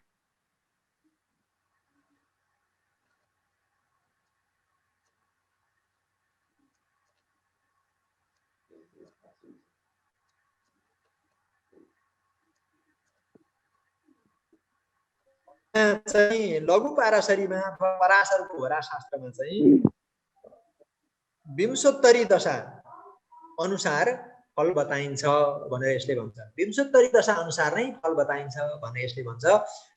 त्यसकारणले यो ग्रन्थकारहरूले के गर्दछ त भन्दाखेरि अरू दशालाई होइन, विंशोत्तरी दशालाई आधार मानेर हामी फल बताउँछौँ भनेर भन्छन्। भनेपछि हुँदा रहेछन् भन्ने हामीले यसबाट बुझ्न सक्छौँ। ज्योतिषशास्त्रमा अन्य ग्रन्थहरूमा पनि चर्चा छ, तर हाम्रो परम्परामा, हाम्रो नेपाली ज्योतिषीय परम्परामा चाहिँ विंशोत्तरी दशा बताउने चलन छ। अनि के अरे त्रिभागी दशा पनि बताउने चलन छ। भारतमा विंशोत्तरी दशा मात्रै बताइन्छ, उत्तर भारतमा विशेष गरी विंशोत्तरी दशा प्रचलित छ। र यो पराशरको होरा शास्त्र अनुसार विंशोत्तरी दशा नै आधिकारिक दशा हो, ज्योतिष शास्त्रीय दशा हो, सैद्धान्तिक दशा हो, उपनिषदले बाट प्रणीत भएको, वेद इत्यादिबाट प्रणीत भएको र पराशरका शिष्य प्रशिष्य परम्परामा विकसित भएको होरा शास्त्रले विंशोत्तरी दशालाई ग्रहण गर्दछ। अरू दशालाई हामी जान्दैनौँ है। हामी चाहिँ विंशोत्तरी दशा अनुसार फल बताउँछौँ। अष्टोत्तरी दशा र विंशोत्तरी दशामा के फरक छ? यो अष्टोत्तरी दशा र विंशोत्तरी दशालाई अलिकति चिनाइदिन पाए हुन्थ्यो गुरु। एकदम राम्रो, ठिक समयमा तपाईँले प्रश्न गर्नुभयो। म यही विषयवस्तुतिर आज लम्किँदैछु है। अहिले कसले भन्नुभएको थियो, मैले यहाँ देखिनँ होइन। म टेकराज गिरी। ए ल ठिक छ। हो मैले यहाँ देखिनँ, अघि स्क्रिनतिर हेर्दै थिएँ। एकराजी ध्यान दिनु होला, अरू साथीहरू पनि ध्यान दिनु होला। हाम्रो ज्योतिषीय परम्परामा दुईटा ग्रह दशा हामी हेर्छौँ। एउटा त्रिभागी दशा हेर्छौँ, अर्को चाहिँ विंशोत्तरी दशा हेर्छौँ। अरू पनि दशा हुन्छन्। अरू के दशा हुन्छन् भन्दाखेरि नवांश दशा हुन्छन्, चर दशा हुन्छन्, शूल दशा हुन्छन्, ब्रह्म दशा हुन्छन्, कारक होइन। त्यसपछि यी धेरै दशाहरूको चर्चा शास्त्रमा गरिएको छ। अरू कसले के भन्दै हुनुहुन्छ? हजुरको क्लियर आएन गुरु, एकचोटि फेरि भनिदिनुहोस् न।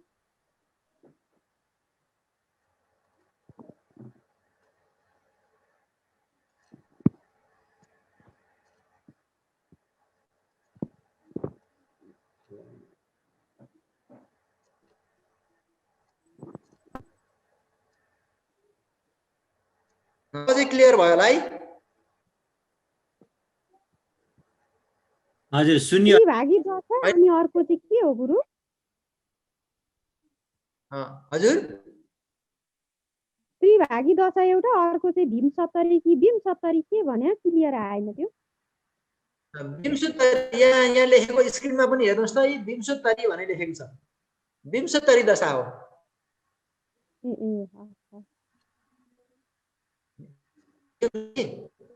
एउटा त्रिभागी दशा, अर्को विंशोत्तरी दशा। अब विंशोत्तरी भनेको के हो त, यसलाई जानु है। शास्त्रले विंशोत्तरी दशा अनुसार फल बताइन्छ भनेर भन्यो। यहाँ ग्रन्थकारहरूले मङ्गलाचरणमा त्यही बताउनु भयो। दशा विंशोत्तरी चात्र ग्राह्य नाष्टोत्तरी मता भनेर यहाँ बताइएको छ।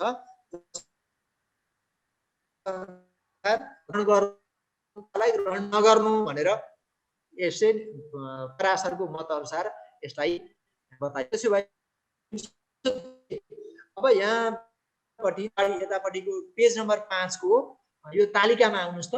तपाईँ यो तालिकामा हेर्नुहोस् है, तालिकामा छ यहाँ तलपट्टि एउटा श्लोक छ, त्यो श्लोकलाई यो तालिकामा राखेको छ होइन। तपाईँहरूले सामान्यतः दशा पढ्दाखेरि पढ्नुभयो होला। योभन्दा अगाडि यसमा नआउनुहोस्, पेज नम्बर 5 होइन, पेज नम्बर 3 रहेछ त्यो, पेज नम्बर 3 मै हो, 3 मा जानुहोस् त। पेज नम्बर 3 मा यहाँ एउटा श्लोक छ, कृतिकात समारभ्य त्रिरावृत्त दशाधिप। यहाँ हो यो श्लोकमा हेर्नुहोस्, यसैमा यो पेज नम्बर 2-3 रहेछ, यो तालिका छ यहाँ। जन्म नक्षत्र से जन्म कालिक दशा जात्र भनेर यहाँ दिएको छ है। जन्म नक्षत्रबाट जन्म कालको दशा केबाट प्रारम्भ हुन्छ भन्ने कुरा, दशा केबाट प्रारम्भ हुन्छ भन्ने कुरा यस्तै बताउँछ। यो पनि पराशरकै उक्ति वचन हो। पराशरको उक्ति वचन अनुसार यहाँ तल के दिएको छ भने, कृतिकात समारभ्य त्रिरावृत्त दशाधिप सूर्यन्दु कुजराभिज्य शनिज्ञ सिखि भार्गवा दशा समक्रमादेशां सर्दशा स्वागजेन्दव नृपाल नवचन्द्रास नगचन्द्रा नगा नखा भनेर यो 4 श्लोकमा तल दिएको छ। यसलाई हामी माथिको तालिकामा स्पष्टसँग देख्न सक्छौँ, बुझाउन। यो तालिकाबाट म तपाईँहरूलाई एकदम सजिलो गरी बुझाउने प्रयास गर्छु। तपाईँले यो तालिकामा हेर्नु होला, स्क्रिनमा भएको तालिकामा हेर्नु। यहाँ कृतिकादेखि सुरु भएको छ नक्षत्र हेर्नु है। हामीलाई नक्षत्र त सबै थाहा छ नि, हामी सबैजनालाई 27 वटा नक्षत्रका नाम थाहा होइन हो। ती 27 वटा नक्षत्रमा मध्ये नक्षत्रहरू दशामा कृतिकाबाट सुरु हुन्छन् है। कृतिकाबाट नक्षत्र सुरु हुन्छन्, कृतिका, रोहिणी, मृगशिरा, आरद्रा, पुनर्वसु। यहाँ प्रत्येक कोठामा हेर्दै जान्छ यो स्क्रिनको तालिकामा, माथि कृदेखि कृ रो मृ भन्ने छ, त्यो नक्षत्रको अघिल्लो संक्षिप्त नाम हो। त्यसलाई म बताउँदै जान्छु। कृतिका, रोहिणी, मृगशिरा, आरद्रा, पुनर्वसु, पुष्य, अशेषा, मघा, पूर्व फाल्गुनी, उत्तर फाल्गुनी, हस्ता, चित्रा, स्वाति, विशाखा, अनुराधा, ज्येष्ठा, मूल, पूर्वषाढा, उत्तरषाढा, श्रवण, धनिष्ठा, शतभिषा, पूर्व भाद्रपदा, उत्तर भाद्रपदा, रेवती, भरुणी, सबै नक्षत्र। अनि भरुणी पछि फेरि कृतिका सुरु भयो। हो यो क्रमले कृतिकादेखि सुरु भएका नक्षत्रहरू 3 आवृत्ति हुन्छन्। कृतिकादेखि पूर्व फाल्गुनीसम्म एउटा, कृतिका, रोहिणी, मृगशिरा, आरद्रा, पुनर्वसु, पुष्य, अश्लेषा, मघा, पूर्व फाल्गुनी, यी 9 वटा नक्षत्र। फेरि उत्तर फाल्गुनीदेखि पूर्व षाढासम्म 9 वटा नक्षत्र। फेरि उत्तर षाढादेखि भरुणीसम्म 9 वटा नक्षत्र। 9 9 9 9 त्यहाँ 27। यी 27 नक्षत्रको 3 आवृत्ति हुन्छ। 3 पटक यी नक्षत्रहरू घुम्छन् र अनि दशा बन्छन्। अर्थात् कृतिका नक्षत्रमा जन्मिने मान्छेको दशा सूर्यबाट सुरु हुन्छ भन्न खोजेको यो है। अनि उत्तर फाल्गुनी, उत्तरषाढा नक्षत्रमा जन्मिने मान्छेको पनि दशा सूर्यबाट सुरु हुन्छ। रोहिणी, हस्ता र श्रवण नक्षत्रमा जन्मिने मान्छेको दशा चन्द्रमाबाट सुरु हुन्छ। मृगशिरा, चित्रा र धनिष्ठामा जन्मिने मान्छेको दशा मङ्गलबाट सुरु हुन्छ। अनि आरद्रा, स्वाति र शतभिषामा जन्मिनेको दशा सुरु हुन्छ। अनि पुनर्वसु, विशाखा र गुरु यो जन्म नक्षत्रमा 2 घटा 9ले भाग गर्दा आएको शेष अनुसार पनि जान मिल्छ हैन गुरु? तपाईले सूत्रमा पढ्नु भयो होला बेसिक कोर्समा हैन हो? हजुर हजुर, त्यो जन्म नक्षत्रमा 2 घटाएर अनि 9ले भाग गर्दा आएको शेषलाई आच भौरावि सब केसु भनेर चाहिँ मैले यो सूत्र बनाएको थिएँ। त्यही अनुसार जाँदा हुन्छ कि मिल्छ कि मिल्दैन गुरु?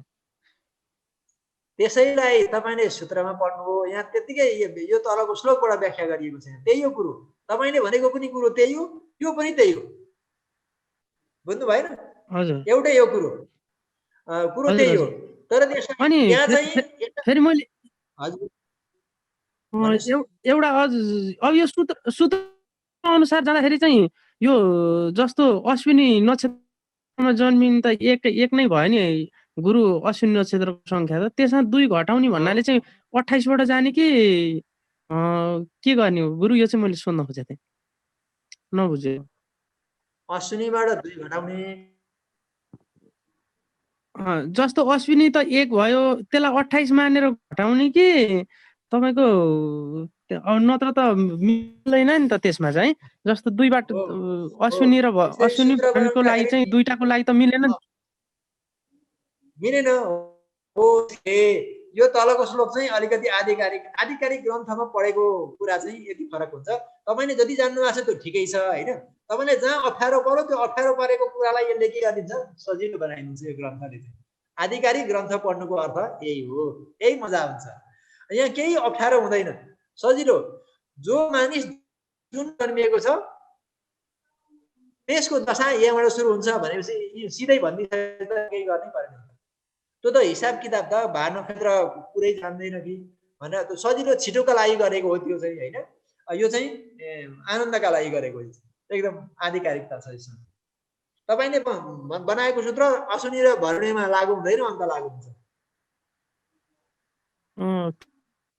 त्यही भएर त्यहाँ 3बाट कृतिकाबाट सुरु भएर रहेछ गुरु, त्यही भएर कृतिकाबाट सुरु भएर रहेछ। नक्षत्रहरू नै कृतिकाबाट सुरु हुन्छ नि त। त्यही भएर यो दुई हजुर कृतिकामा 2 घटायो, 1 बाँकी रह्यो होइन। 1 बाँकी रहेपछि 1 को पहिलो 1 भनेको 9वटा ग्रहमा पहिलो सूर्यको पालो आयो होइन, सूर्यको दशा भयो भन्ने अर्थ तपाईँले गर्नुभएको हो कि होइन भन्नु त? हजुर हजुर हजुर हो त्यसो हुँदाखेरि ठिक छ। तपाईँको श्लोक तपाईँको सूत्र पनि ठिक छ। त्यो सूत्र कहीँ न कहीँ एक ठाउँमा अड्कियो भनेदेखि सार्वकालिक काम गरेन, सर्वत्र काम गरेन। त्यो सर्वत्र काम नगर्ने हुँदाखेरि चाहिँ शास्त्रले भनेको चाहिँ सर्वत्र काम गर्ने कुरा बताउनु पर्यो शास्त्रले होइन। हो त्यस कारणले यो तल्लो यहाँ भएको तल्लो श्लोक तपाईँ स्क्रिनमा छ, मोबाइलमा भए स्क्रिनसट गरेर राख्नुहोस्। यो ल्यापटपमै स्क्रिनसट गरेर राख्न मिलिहाल्छ, सेभ गरेर राख्नुहोस्। यहाँ तल्लो श्लोक यो 2टा तालिका भयो भनेदेखि भइहाल्छ। अब यसलाई हामी अगाडि बढौँ है, अगाडि बढौँ। अरू कसैलाई कुनै जिज्ञासा छ भने भन्नु होला है। हजुर चार्टरमा पठाउन मिल्छ होला नि त, म्यासेज उसमा चार्टरमा पठाइदिन्छ नि, अनि भोलि हामी नोट गर्छौँ। त्यो पनि हुन्छ ठिक। त्यसपछि यसरी अब यो तालिका अनुसार हामी के गर्ने भन्यौँ, के थाहा पाउने भन्यौँ भनेदेखि रोहिणी नक्षत्रमा जन्मिने मान्छेको दशा चन्द्रमाबाट सुरु हुन्छ भन्ने थाहा पाउने है। कुन नक्षत्रमा मान्छे जन्मिएको छ त्यो नक्षत्र अनुसारको दशा हामी बताउँछौँ भनेर अगाडि ग्रन्थकारले भनेका थिए। त्यही सूत्र यहाँ त्यही तालिकामा आयो यो हो कि होइन। कारणले जो व्यक्ति जुन नक्षत्रमा जन्मिन्छ त्यो नक्षत्रको दशा चाहिँ हामीले पत्ता लगाउनु पर्छ। त्यो दशा पत्ता लगाउने दशापति भनेका यी ग्रहहरू छन्, सूर्य, चन्द्रमा, मङ्गल, राहु, गुरु, शनि, बुध, केतु, शुक्र। यिनीहरूलाई हामीले संक्षेपम भौरा वृषम गुकेशु भनेर कुण्डलीमा लेख्ने गरेका छौँ। कुण्डलीमा लेख्ने गरेका सुचम भौरा वृषम गुकेशु मध्ये सूर्यको वर्ष 6 वर्ष विंशोत्तरी दशामा, चन्द्रमाको वर्ष 10 वर्ष गर्दै गर्दै विंशोत्तरी भनेर नामै विंशोत्तरी छ। विंशोत्तरीको अर्थ के हो त हामी यहाँ हेरौँ है।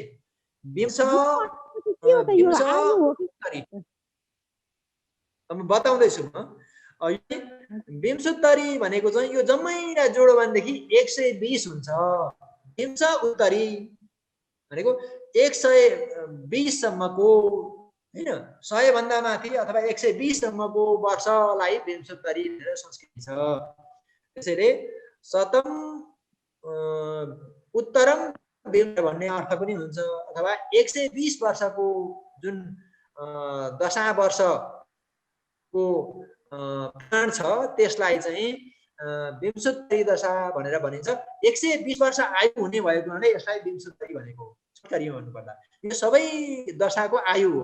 सूर्यको आयु, सूर्यको दशा 6 वर्ष, चन्द्रमाको दशा 10 वर्ष, मङ्गलको दशा 7 वर्ष, राहुको दशा 18 वर्ष, बृहस्पतिको दशा 16 वर्ष, शनिको दशा 19 वर्ष, बुधको दशा 17 वर्ष, केतुको दशा 7 वर्ष र शुक्रको दशा 20 वर्ष गरेर जम्मा 120 वर्ष यसलाई जोड्दाखेरि हुन्छ। यसलाई जोड्दा हुन आउने 120 वर्ष नै विंशोत्तरी दशा हो। र त्यो विंशोत्तरी दशा जुन व्यक्ति जुन नक्षत्रमा जन्मिएको छ उसको त्यही नक्षत्रको दशाबाट सुरु हुन्छ। मानिलिउँ है, जस्तै कसको भनौँ त भन्दाखेरि यहाँ हेरौँ, मनिष भन्ने हुनुहुन्छ है। मनिष भन्ने नाम व्यक्ति हुनुहुन्छ। मनिषको के नक्षत्र भयो त जन्म नक्षत्र? मबाट के नक्षत्र हुन्छ भन्नुहोस् त? मामी मुगे मगा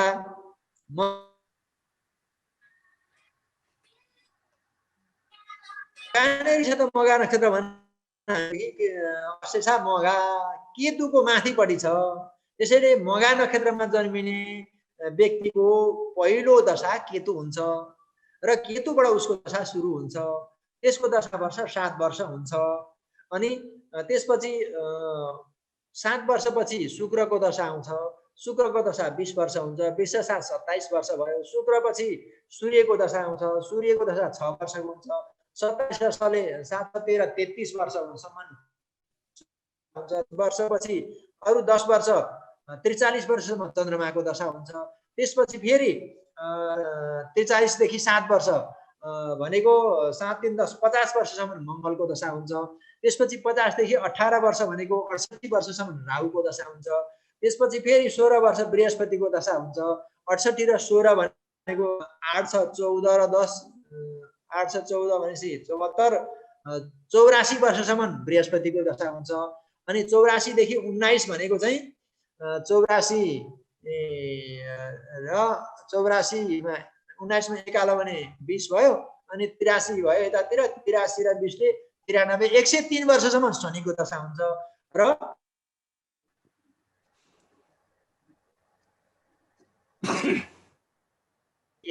नौवटा ग्रहका दशा चल्छन् र ती दशा अनुसारको फल हामी ती दशा अनुसारको फल बताउँछौँ भनेर ग्रन्थकारहरूले दशा विंशोत्तरी चात्र ग्राह्य नाष्टोत्तरी मता हामी यहाँ विंशोत्तरीको मत अनुसार दशा बताउँछौँ।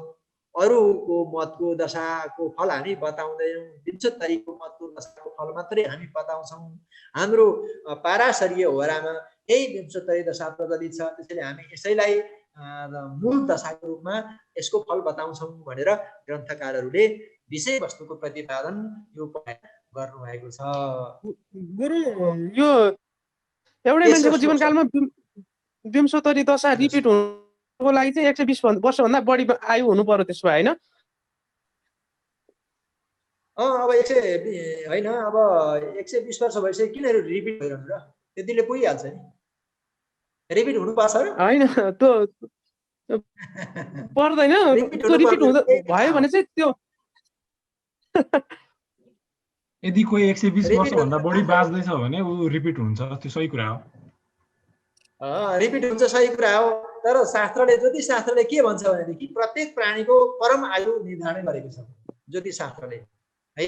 हामीले अहिले यसो हेर्दाखेरि यहाँ दशा वर्ष मात्रै पढ्यौँ होइन, ज्योतिष शास्त्रभित्र छिर्दै गएपछि यसको तत्त्व बुझिन्छ होइन। त्यस कारणले मान्छेको परम आयु 120 वर्ष हो। परम आयु हो यो। आयु कति किसिमका हुन्छ तपाईहरुले पढ्नु भएको छ?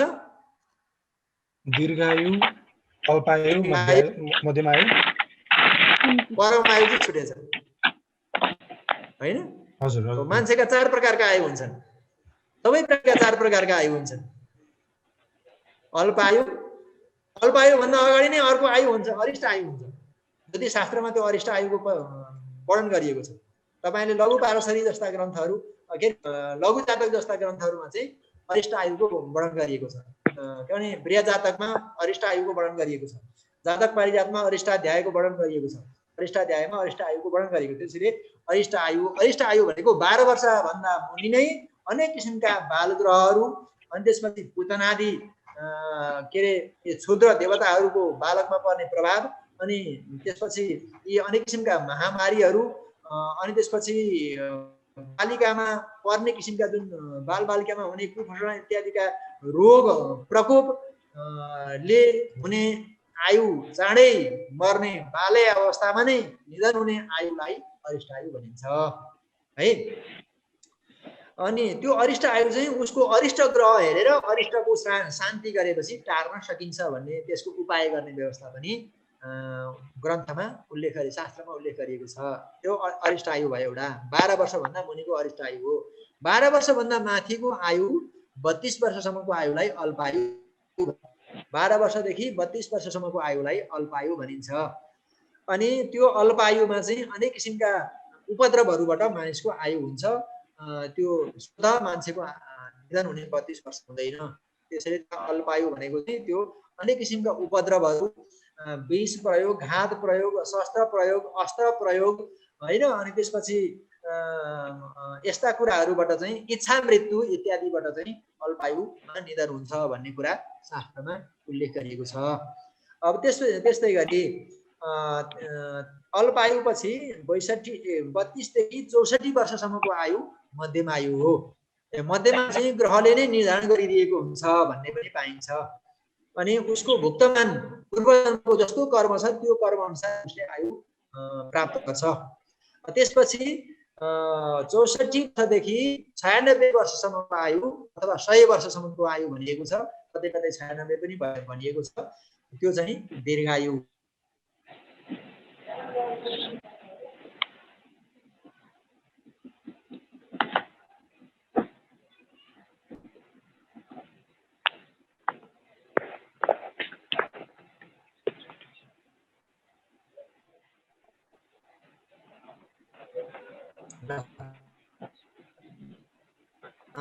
फेरि एकछिन फेरि डिस्टर्ब भयो है एकछिन।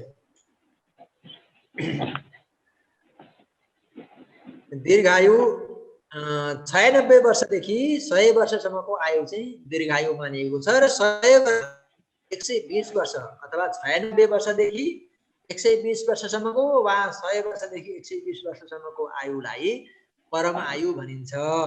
हामीले कतिपय ठाउँमा 120 वर्षसम्म मान्छे बाँचेको पनि देखेका छौँ। आजभोलि पनि 105, 109, 104 वर्षसम्मका मानिसहरू अझै पनि जीवित भएको र स्थानीय सरकारहरूले त्यस्ता के अरे दीर्घ जीवन भएका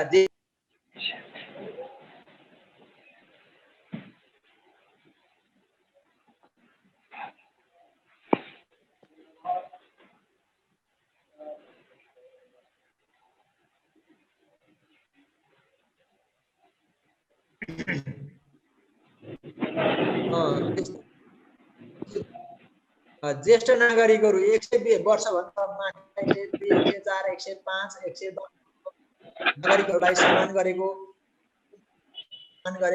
समाचारहरू पनि हामीले बेला बेलामा पढ्ने गरेका छौँ। त्यसकारणले वास्तविक जीवनमा पनि र शास्त्रमा पनि 100 सम्मको मानिसको आयु परिकल्पना गरिएको छ।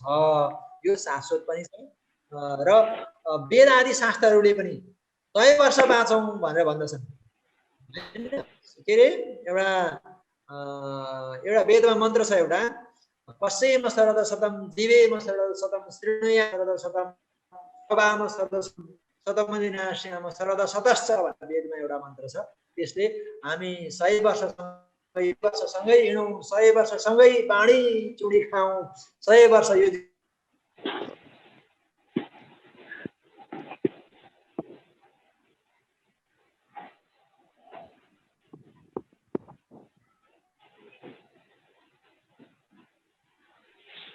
हाम्रो निर्धारित समय पनि सकिन लाग्छ। गुरुजी अब केही कुरा राखेर हामीले कार्यक्रम आजको समापन गर्नुपर्ने हुन्छ। समय हाम्रो सके जानकारी गराएको छु मैले। ढकाल सर, मलाई एउटा क्वेसन सोध्न मन थियो, राख्न भइहाल्छु कि?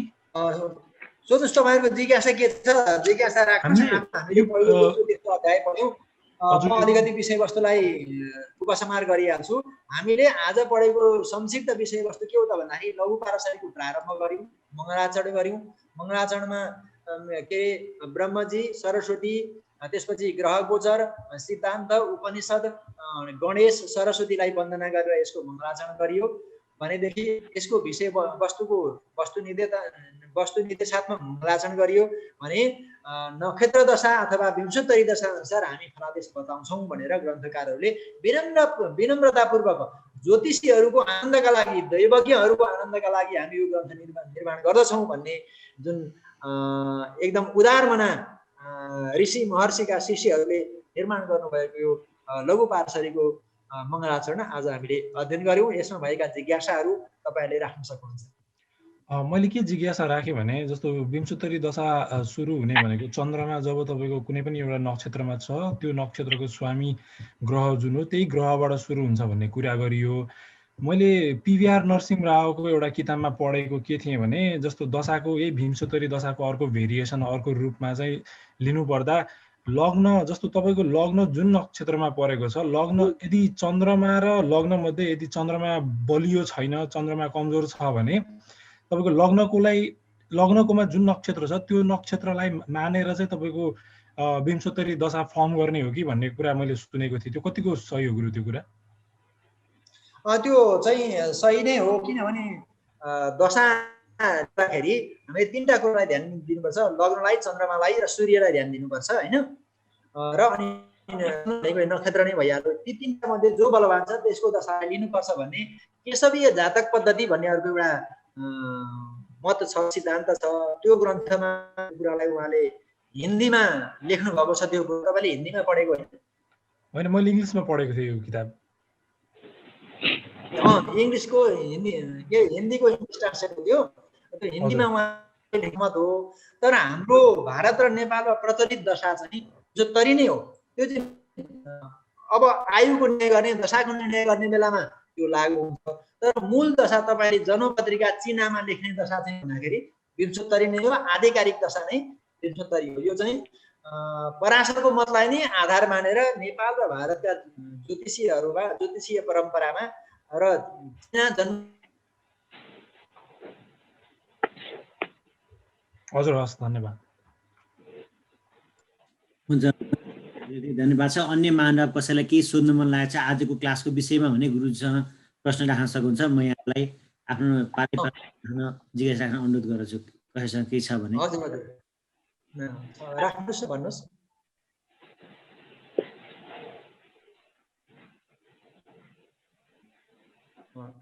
प्रश्न सोध्न चाहने कोही हुनुहुन्छ? हजुर, म गुरुलाई एउटा प्रश्न सोध्छु। गुरु, यो 32 देखि 64 सम्मको आयुलाई चाहिँ आफ्नो जीवनका पूर्व कर्म अनुसारको आयु मानिन्छ भन्ने कुरा होइन गुरु? यो हजुर हजुर, पूर्व जन्मको प्रतिफलका रूपमा त्यसलाई लिइन्छ। पूर्व जन्मको चाहिँ गुरु? पूर्व जन्ममा कस्तो कर्म गरेर आएको छ होइन, उसले राम्रा कर्महरू गरेर आएको छ भने मध्यम आयुदेखि माथि दीर्घायुसम्म प्राप्त गर्छ उसले होइन। पूर्व जन्मको कर्म चाहिँ त्यति राम्रो छैन भनेदेखि अल्प आयु प्राप्त हुन्छ शास्त्रमा उल्लेख गरिएको छ। अब यो ठ्याक्कै लघु पारसरीमै त्यो कुरा छैन, अन्य ग्रन्थहरूमा छ। अब धेरै पद्धतिहरू छन्, ज्योतिषमा धेरै शास्त्रहरू छन्, तीमध्ये एउटा कुनैमा त्यस्तो उल्लेख भएको छ। 32 देखि 64 सम्म चाहिँ मध्यम आयु होइन त गुरु? हजुर, एकदम मध्यम आयु हो। हजुर हजुर गुरु, मैले यति नै राखेँ। प्रकाशजीलाई धेरै धेरै धन्यवाद छ। यसपछि अरू कोही हुन्छ भने पनि यहाँले राख्न सक्नुहुन्छ। मन्जुजी के भन्न खोज्दै हुनुहुन्थ्यो? हजुर,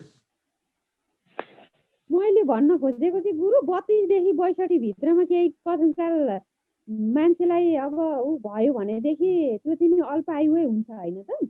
मुक्ति मिल्दैन होइन? 32 देखि तलको आयु चाहिँ अल्प आयु हो। 32 देखि तलको चाहिँ, 32 देखि माथि चाहिँ मध्यम आयु सुरु हुन्छ। 33, 34, 35 हुँदै हुँदै 60, 64 सम्म जाँदाखेरि चाहिँ त्यो मध्यम आयु हुन्छ र 64 भन्दा माथि गयो भने चाहिँ त्यो दीर्घायु हुन्छ। अनि मान्छेको यो 100 वर्षको जुन आयु छ यसलाई चाहिँ 4 खण्डमा विभाजन गरिएको छ। 4 खण्ड मध्ये एउटा 25 वर्षसम्म, अनि 25 देखि 50 देखि 75 सम्म र 75 देखि 100 वर्षसम्ममा चाडा आश्रम हुन्छन्, हाम्रा चाडा जीवन पद्धति हुन्छन्। 25 वर्षसम्मको अध्ययन गर्ने ब्रह्मचर्यको आश्रम हो। अनि 25 देखि 50 वर्षसम्म गृहस्थ आश्रम हो। हामीले विवाह गरेर आफ्नो वंश परम्परा, कुल पितृ र अनि परमात्मालाई समेत उद्धार गर्ने गरी हामीले गृहस्थीमा कर्म गर्न सक्छौँ, त्यो गृहस्थ आश्रम हो। त्यसपछि 50 देखि माथिको चाहिँ वानप्रस्थ आश्रम भनिन्छ। त्यसलाई गृहस्थबाट त्याग भएर समाज सेवा गर्ने अनि परोपकार गर्ने र परमात्माको चिन्तनमा लाग्ने। अनि 75 वर्षदेखि उता चाहिँ सन्यास धारण गरेर या सारा संसारबाट चाहिँ विरक्त भएर परमात्मामा समाधिस्थ हुने चाहिँ हाम्रो पूर्वीय शास्त्रको परम्परा हो, शास्त्रीय मान्यता हो। त्यसैले यो 4 आश्रममा रहेर यी 4 किसिमका आयुहरूको हामीले गर्नुपर्छ। यो वेदान्त र अनि उपनिषदहरूले गरेको आयुको कल्पना गरेको आयुको कल्पना सामञ्जस्य हुन्छ यसमा।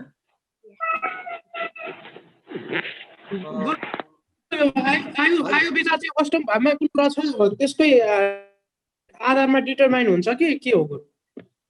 के भन्नु त? जस्तो हामीले आयुलाई हेर्दा त प्राय हामीले अष्टम घर नै हेरिन्छ नि गुरु। त्यो कुरा पछि आउँछ। अहिले चाहिँ दशा वर्ष कति हो त भन्ने मात्रै यहाँ प्रसङ्ग आयो होइन। अध्यायमा र तेस्रो अध्यायमा विशेष गरी आयु अध्याय भन्ने नै छ, त्यसमा विशेष चर्चा हुन्छ आयुको। हुन्छ, हस्, धन्यवाद छ यहाँहरूलाई।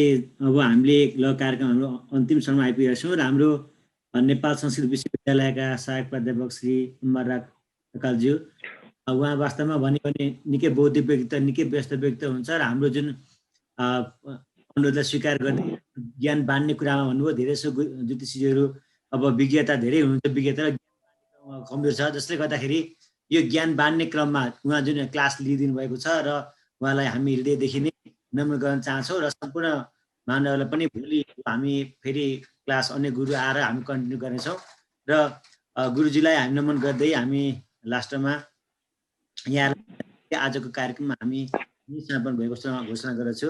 हस्, धन्यवाद। जय श्री कृष्ण, जय राधे। हस्, धन्यवाद सबैजनालाई। प्रणाम।